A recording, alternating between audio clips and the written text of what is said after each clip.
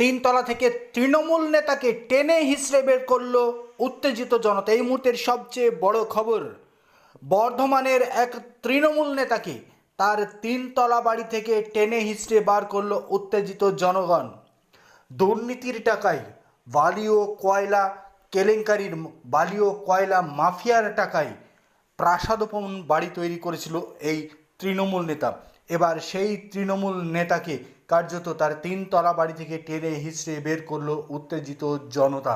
এই মুহূর্তের সবচেয়ে বড় খবর, এটা কোনো বিজেপির ক্ষোভ নয়, এটা সাধারণ জনগণের ক্ষোভ।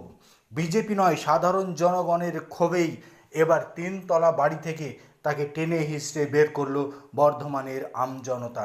সাধারণত কয়লা মাফিয়া, বালি মাফিয়া ওই তৃণমূল নেতাকে তিনতলা বাড়ি থেকে বের করে কার্যত রাস্তায় টেনে হিঁচড়ে নিয়ে যাচ্ছে সাধারণ জনগণ। এই মুহূর্তের সবচেয়ে বড় খবর, দুর্নীতিগ্রস্ত দাগি তৃণমূল নেতাদের কার্যত দিন শেষ।